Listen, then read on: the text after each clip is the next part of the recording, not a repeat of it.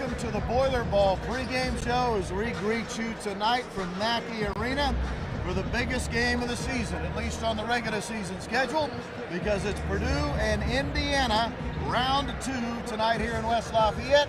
I'm Rob Blackman, and thank you for taking a few minutes to be with us. To my right, Bobby Riddell. To my left, Chris Forman. Let us start with Bob Riddell, since he has played in a few of these games as a Boilermaker against an Indiana Hoosier. Nothing like it, is there?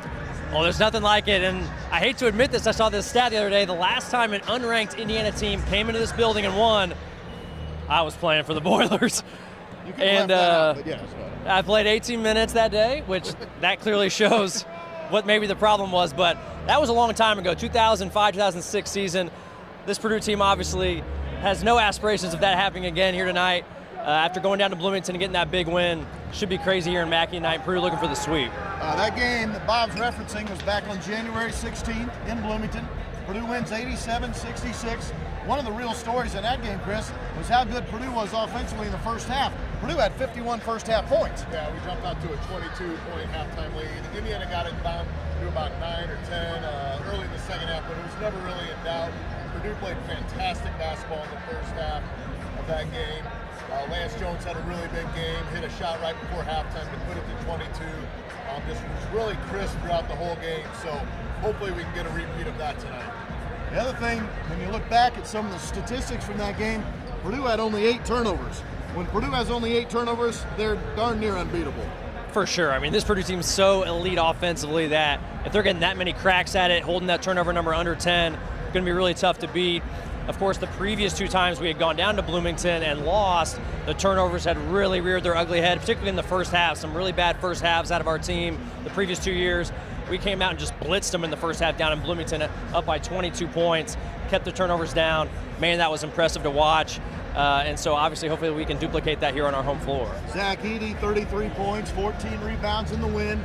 Also got their big guys in early foul trouble. But one thing that Indiana did not have that night, that they will have tonight, is Anthony Leal, former Indiana Mr. Basketball. He did not play in that game because of injury, and since he's been back and healthy, he has given them a spark. Well, it's amazing, right? He's not a flashy player, hasn't maybe lived up to some of the billing they were hoping for as a Mr. Basketball, but you know what, he's very solid and he can shoot the rock, and this is a team that really struggles to find guys who can make threes. So just the fact that he can space the floor, he's someone you have to honor. I feel like that helps him. He's solid. He doesn't turn the ball over a lot. He's a solid positional defender, not great, but he follows the scouting report, and he said it in the media. He plays for the team on the front of his chest. I think just someone who lives and breathes Indiana basketball and plays with some passion is helping their culture a little bit. But obviously he's not a game changer from a scoring standpoint, but he's certainly going to play a factor. All right, so let's talk about our Boilermakers. Currently ranked number 2 in the country. Purdue is right now, after what happened earlier today with Illinois losing in Michigan State, Purdue actually has a 2-game lead on the loss side atop the Big Ten standings. Wisconsin has begun to fade over the last week and a half. Look, there's still a long way to go, Chris, but things are starting to set up quite nicely for a 26th Big Ten championship. Yeah, Purdue just keeps taking care of business at home. It's going to be really tough to catch in the Big Ten standings. The Boilermakers have 5 home games, including tonight, 3 more on the road, and they're at Ohio State and Michigan, who so far this year have not played great basketball. So Purdue is in an excellent position. The loss today by Illinois to Michigan State really helps, gives us a 2-game lead. So Purdue could really put some distance with a win. A distance between Illinois and Wisconsin tonight with a win. All right, so while we're talking about the Big Ten, earlier this week, on Monday to be exact, Zach Edey was named the Big Ten Player of the Week. For Zach, that is now 10 times in his career, count them, 10, 2 full hands, Big Ten Player of the Week. There's only one guy in the history of the Big Ten that's been named Big Ten Player of the Week 10 times. Yeah, Ohio State's Evan Turner tied the record. Zach tied the record with Ohio State's Evan Turner with 10 weekly awards. All of them have come in the last 2 years in a span of about 35 weeks. So it's pretty crazy what he's done. Again, we could spend an entire show for a long time talking about Zach's superlatives, but just another one to add to the list. Just a remarkable season career that he's putting the finishing touches on. Some of the numbers on Zach, and as Chris said, we could spend a whole segment just talking Zach, so I'll try to keep it somewhat brief. But coming into the game tonight, Zach will need 9 points, 9 points to move into 4th place all time. history of Purdue scoring, tying Dave Shellhouse.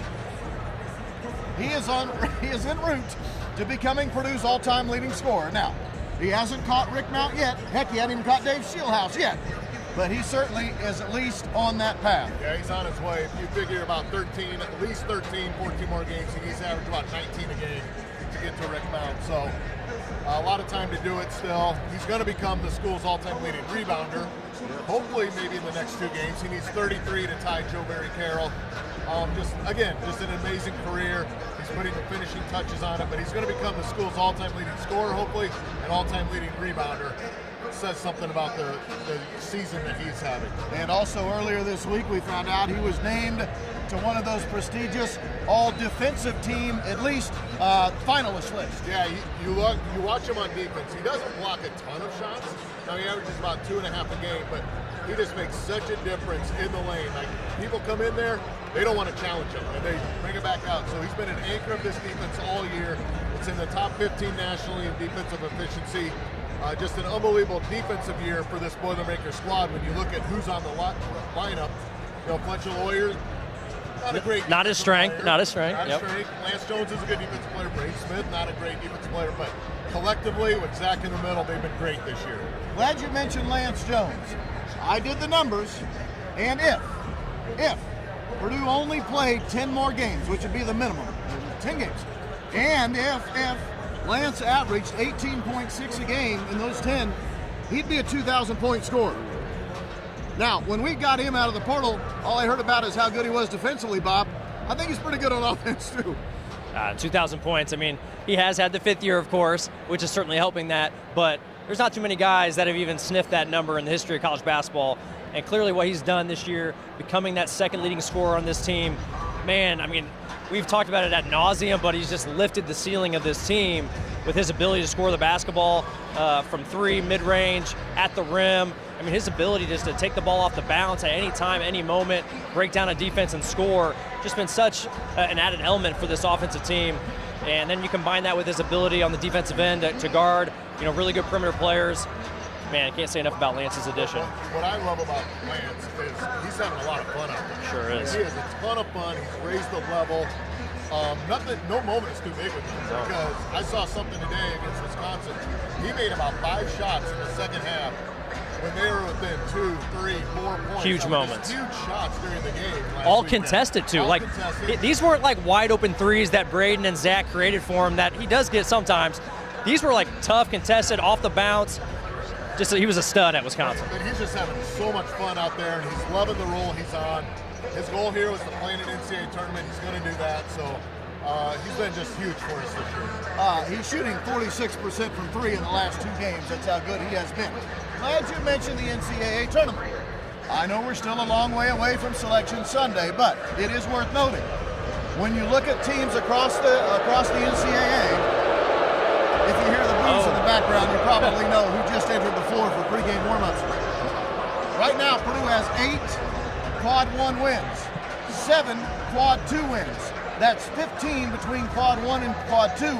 No one else in the country has a resume like that. Yeah, no one's close. UConn's close. They have about 13, I think, Quad 1 and Quad 2 wins, but Purdue's just put itself in an unbelievable position to grab the #1 overall seed. You look at the resumes across the country. It's Purdue, UConn, and then everyone else, really. So just keep winning games, let the chips fall where they may, but Purdue's in a great spot to get that #1 overall seed. Okay, we talked about Zach Edey, we talked about Lance Jones. I don't want to close this segment without talking about Braden Smith. He too has been on a tear this season. He's averaging 8 assists per game in Big Ten games only. He has put himself in a position where it could happen tonight, quite frankly.